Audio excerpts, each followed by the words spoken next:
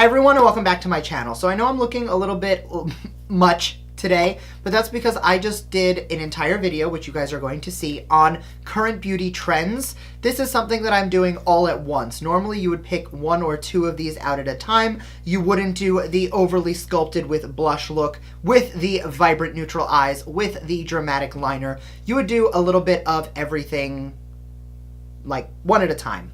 So if you want to see me talk about all of the current trends in beauty that I have been witnessing, make sure to keep on watching. And please don't forget to subscribe because I do upload 3 times a week. That is the best way to stay up to date on all the fun stuff I'm posting. So if you want to see what I'm feeling are the current beauty trends, watch me do all of them. Make sure to keep on watching.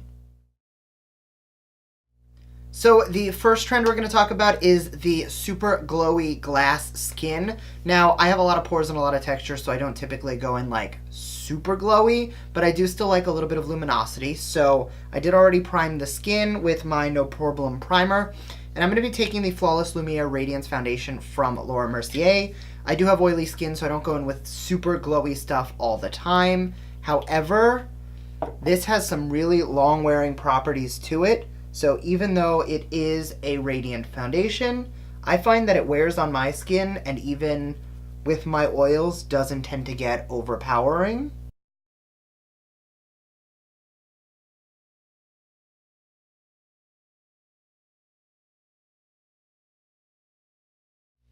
Now you see how this just leaves such a nice sheen to the skin? It is definitely luminous, but I never tend to get oily with it. For the concealer, I'm going to be taking the NARS Natural Radiant Creamy Concealer. I've always liked this concealer, but I do find that it is a little glowier than I would like normally go for. However, lately I've been liking the little bit of luminosity from the concealer, and I find that if I really just want to add a little extra powder and bake where I tend to get oily, I can still achieve that like luminous skin without it getting shiny. Because that is a very delicate line between luminous and, like, oily.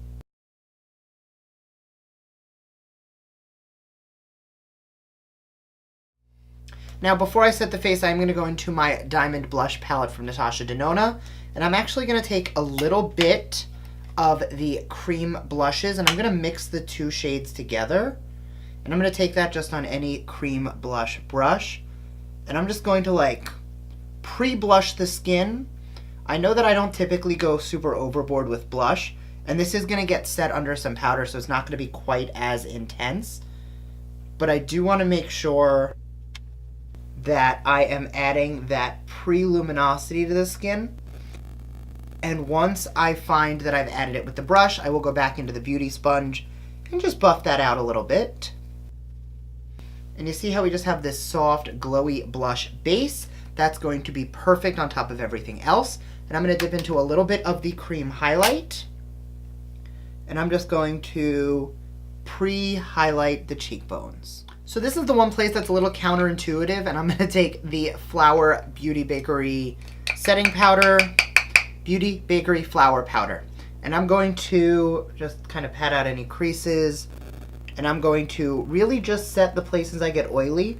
Rather than using this to set the whole face, we're really just going to do the under eye and the nose. Now this is where we add the glow to the rest of the skin. I'm going to dip into the Ambient Unlocked palette from Hourglass, and I'm going to use some of these powders just to do the rest of the setting. I am going to take a fluffy under eye brush, and I'm going to take the lightest setting powder, and I'm just going to kick off that baking powder and really make sure that we have set the under eye.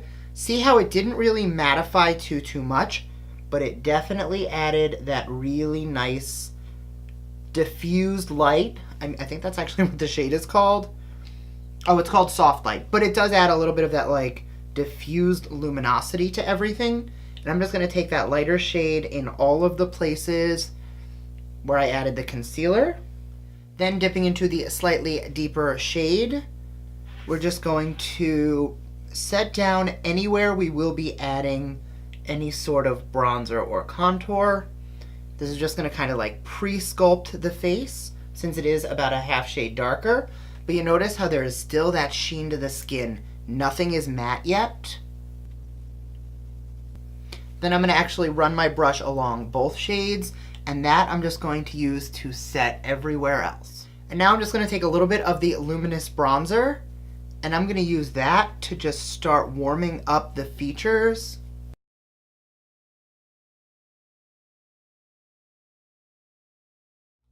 Now to keep that skin-like finish, I'm going to grab a little bit of my Charlotte Tilbury Airbrush Flawless Finishing Powder, and I'm just going to set down over all of those powders, just because I do find that this powder just is amazing for really finishing off any of these to keep that luminosity but continue to just set down the face. So now that we are done with trend 1, which is really just giving us that pre-base for glass skin, which we are going to finish up later with like highlight and everything else, but at this point we're going to go into number 2.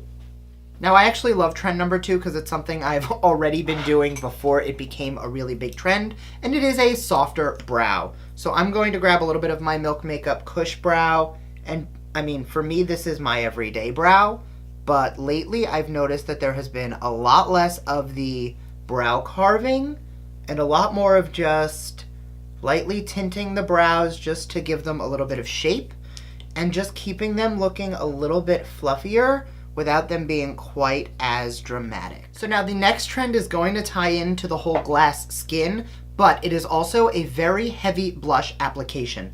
So lately a lot of people have, like, you see how the contour is very warm? I didn't really add a like true contour shade, and I did use like a really warm bronzer today, but I'm gonna mix both of these 2 blush shades just because they are beautiful in tone, but they are also quite luminous, and we're gonna really build that blush up on the skin.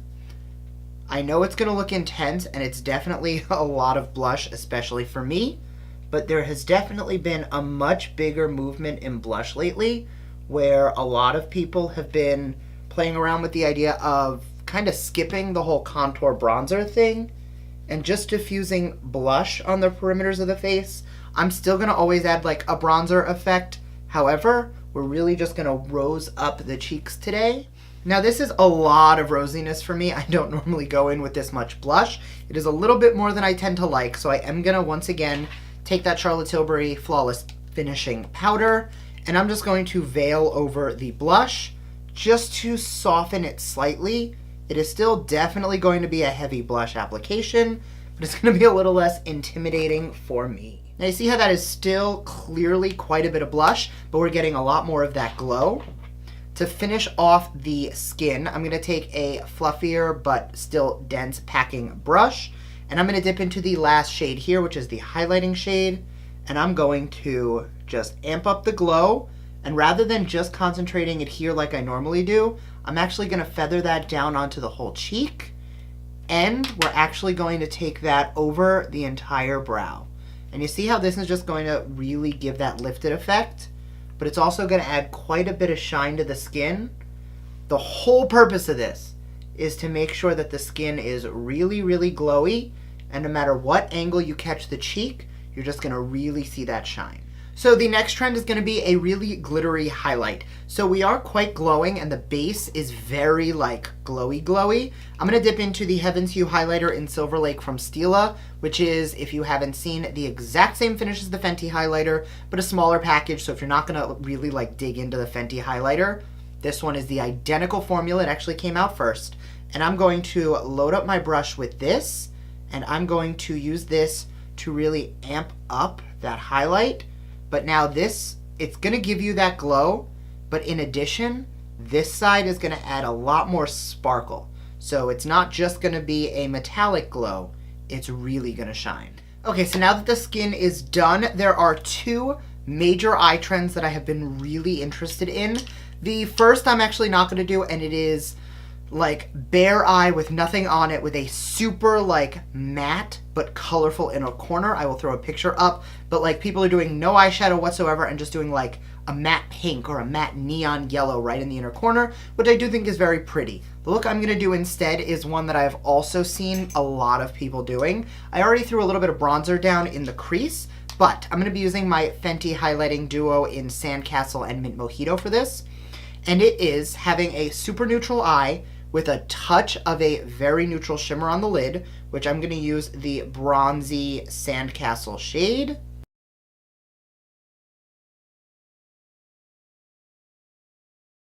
And then once we have our neutral lid, we go into a vibrant and colorful inner corner shade. I'm going to actually use the Mint Mojito Vibrant Blue for this.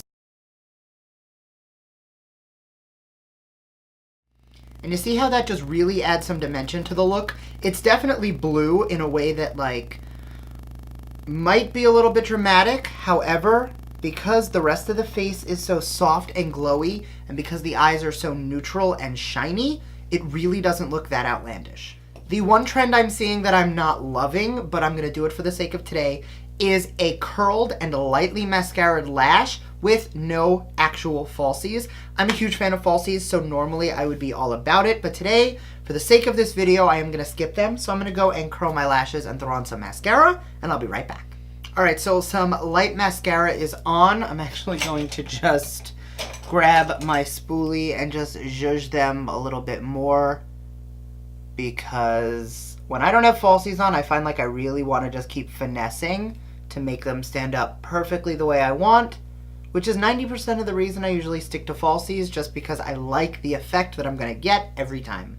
And the last trend we're going to talk about today is the 90s lip that is coming back. It is a neutral brown liner with a much lighter liquid lipstick and then a shiny gloss on top. So for that, I'm going to start by lining my lips in a neutral brown. This is the Suede Matte Lip in Sandstorm from NYX.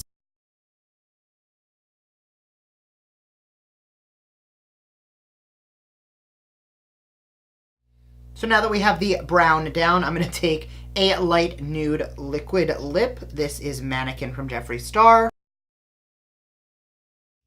Now I did apply that on, and I did blend a little bit, not enough to get rid of the line. We do want a little bit of that like 1990s chola brown liner where the lipstick meets the liner. It is a little harsh. It's going to be a little more muted once we put the gloss on, but I'm going to let the lipstick dry down first, and I'll be right back. So for the gloss, I'm going to be taking the Buxom Lip Gloss in Amanda, which is literally just a milky, shiny gloss.